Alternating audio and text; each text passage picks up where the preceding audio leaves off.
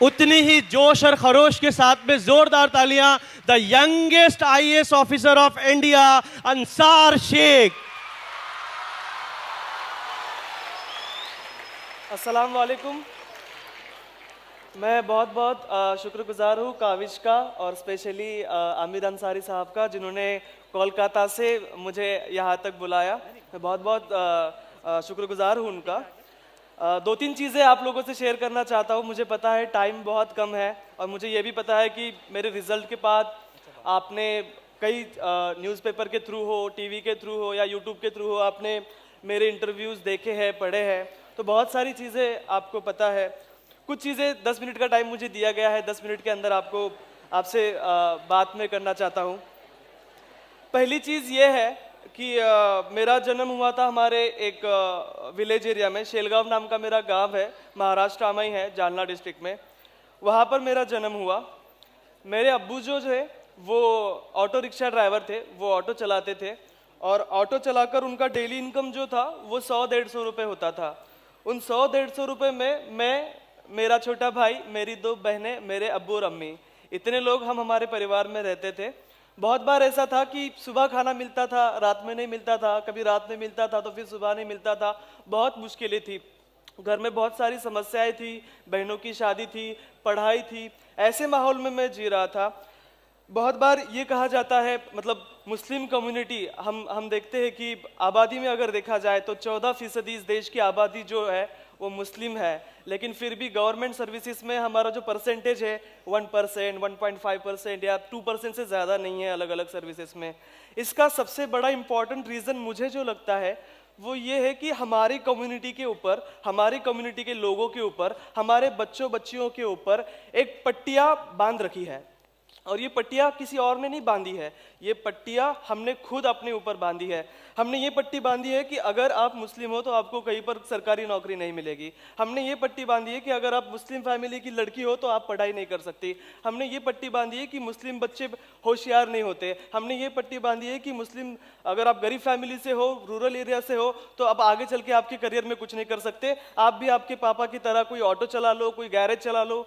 मुस्लिम इंसान का नाम जब सुनते हैं कि मेरा नाम अंसार है तो पूछा जाता है तू गैरेज चलाता है या ऑटो चलाता है। ये हमारी पहचान है। अगर कोई मारवाड़ी हमारे सामने आता है, उसका नाम पूछते हैं, उसका नाम पता चलता है, तो हम उसको पूछते हैं कि भाई आपका बिजनेस कैसे चल रहा है। लेकिन हमसे ये पूछा जाता है कि तू ऑटो चलाता है या गैरेज चलाता है। ये इमेज हमारे यहाँ छू कर रखी है और इसके लिए सबसे बड़े जिम्मेदार हम खुद है, क्योंकि ये पट्टियाँ हमने अपने ऊपर बांधी है।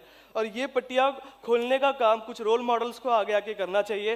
कुछ हद तक, बहुत कम हद तक मुझे लगता है कि वो काम हमारे महाराष्ट्र में कहिए या ओवरऑल इंडिया से कुछ मुस्लिम ऑफिसर्स जो आगे आए, जिन्होंने पढ़ाई की, मुश्किल हालातों में पढ़ाई की, उन्होंने किया है। मेरे लिए ऐसे मोटिवेशन शाह फैजल सर रहे थे, जो 2010 में ऑल इंडिया रैंक 1 से आईएएस ऑफिसर बने थे। उस वक्त मैं 10वीं कक्षा में पढ़ता था। मैं काविश फाउंडेशन को शुक्रगुजार हूँ उनका, बिकॉज जब मैं 10वीं में पढ़ता था तब मुझे गाइड करने के लिए कोई नहीं था। मेरी 10वीं की एग्जाम हुई और मैं सोच रहा था कि अब मुझे करियर में क्या करना चाहिए। तो मुझे गाइड करने के लिए एक इंसान बैठा हुआ था।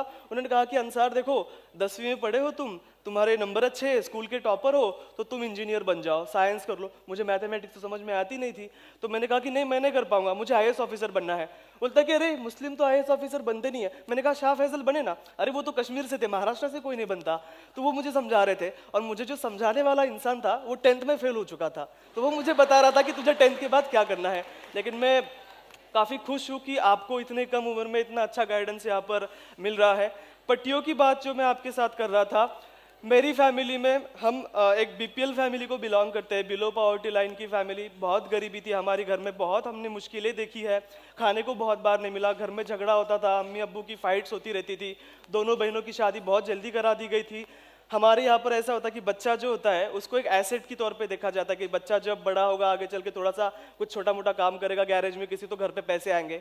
तो इस हालात में मैं पढ़ रहा था। मेरे घर में एक लौता मैं था जो आगे पढ़ पाया। मेरी 2 बहनें, उनकी जल्दी शादी हो गई, वो नहीं पढ़ पाई। मेरा छोटा भाई वो नहीं पढ़ पाया क्योंकि घर में कमाने वाला कोई चाहिए था। और मैं स्कूल में चूंकि होशियार था तो घर वालों ने डिसाइड किया कि इस एक ही बच्चे को हम पढ़ाएंगे और उन्होंने मेरी पढ़ाई कंटिन्यू रखी। मेरा छोटा भाई जो मुझसे 2 साल छोटा है, लेकिन मैं उसको मुझसे बड़ा मानता हूँ, क्योंकि उसने 3 साल, जब मैं पूना में पढ़ाई कर रहा था, पूना में बहुत दिक्कतें आई मुझे, मैं बहुत बार भूखा रहा पूना में, लेकिन फिर भी मेरा भाई और मेरे अब्बू रिक्शा चलाकर और मेरा भाई मामा के यहाँ पर काम करके मुझे पैसे भेजते थे मेरी पढ़ाई के लिए। जब मैं आखिरी दौर में था अपने एग्जाम के, जब मैं अपने एग्जाम के आखिरी दौर में था, मुझे कुछ पैसों की ज़रूरत थी। मैं दो चीज़ें यहाँ पर सिर्फ बोलना चाहता हूँ।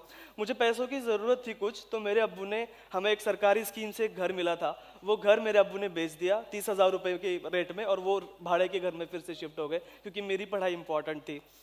जब मुझे 5,000 रुपये की ज़रूरत थी, मेरे अम्मी लोगों के खेतों में जाकर काम किया करती थी, तो जब मेरे अम्मी को 5,000 रुपये मुझे बहुत अर्जेंटली चाहिए थे और मेरे पास थे नहीं, भाई के पास भी नहीं थे, अब्बू के पास भी नहीं थे।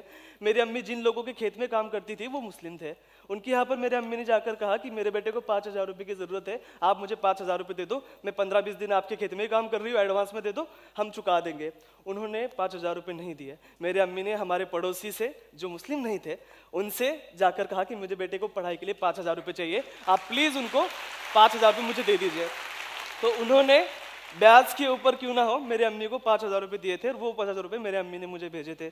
बात में ये आपसे कहना चाहता हूँ कि ये जो पट्टियाँ हमने खुद से अपने ऊपर बांध रखी है, ये पट्टियाँ हमें खोलने की ज़रूरत है।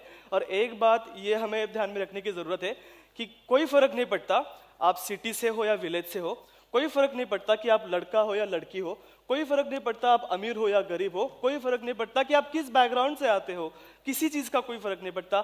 एक चीज़ का जिसका फ़र्क पड़ता है वो होता है डिटर्मिनेशन, कि मैं बेस्ट हूँ और मुझे अपनी लाइफ के अंदर ये करना है तो करना है, और कोई भी मुश्किल मेरे सामने आए मैं इसको अचीव करके रहूँगा।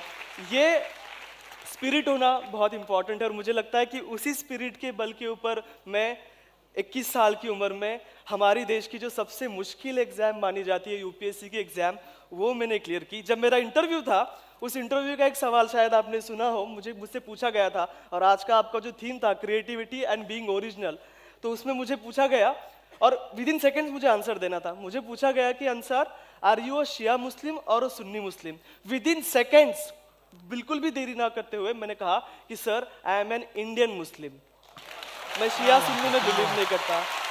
इस सवाल का जो जवाब मैंने दिया था, मुझे इंटरव्यू में 275 में से 199 मार्क्स मिले, ऑल इंडिया रैंक मेरा 361 आया, और मैं अपने देश का जितने भी कम उम्र के आईएएस ऑफिसर्स हुए हैं उनमें से एक बना, one of the youngest IAS officers of India में बना, पहले अटेम्प्ट में। 21 साल की उम्र में, जब बच्चों को पता नहीं होता है कि कौन सा शर्ट पहनना और कौन सी ट्राउजर पहननी है, उस उम्र में मैं हमारे देश का एक सबसे यंगेस्ट ऑफिसर बना। तो यही बातें आपसे शेयर करनी थी। बहुत सारी बातें हैं जो आप यूट्यूब के ऊपर मेरे बारे में देख सकते हैं, टाइम बहुत कम था इसलिए मुझे पता नहीं मैं क्या क्या बोल गया। Thank you very much. जोरदार तालियां।